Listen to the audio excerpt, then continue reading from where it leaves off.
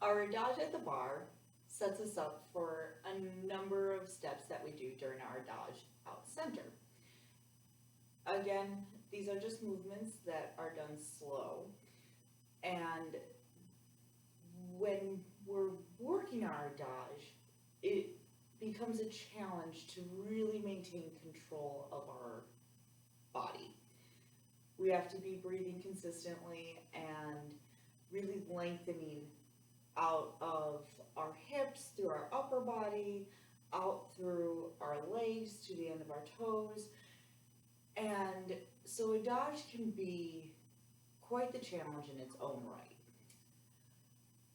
When we're applying what we just did at the bar, things like our arabesques and being able to rise up nice and slow like our releve went,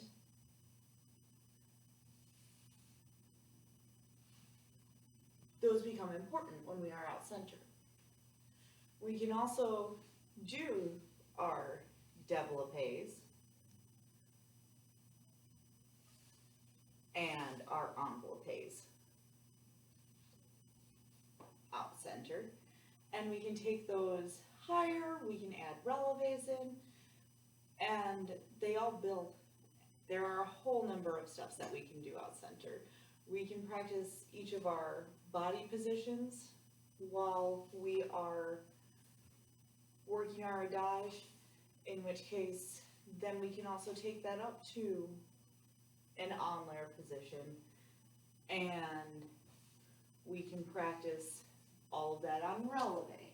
All of this stems from the adage that we practice at the bar.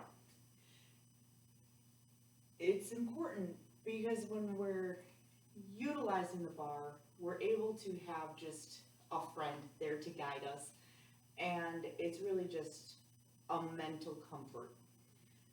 When we take it out center, then we really have to trust our bodies to do all of the work.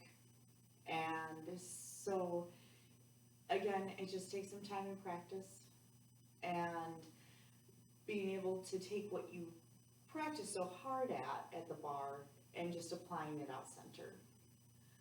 Hopefully this gives you a little bit better idea of why the adage at bar is important, and be sure to check back tomorrow as we talk about our allegro work and how our adage at the bar actually helps us with our fast work as well. I will see you tomorrow.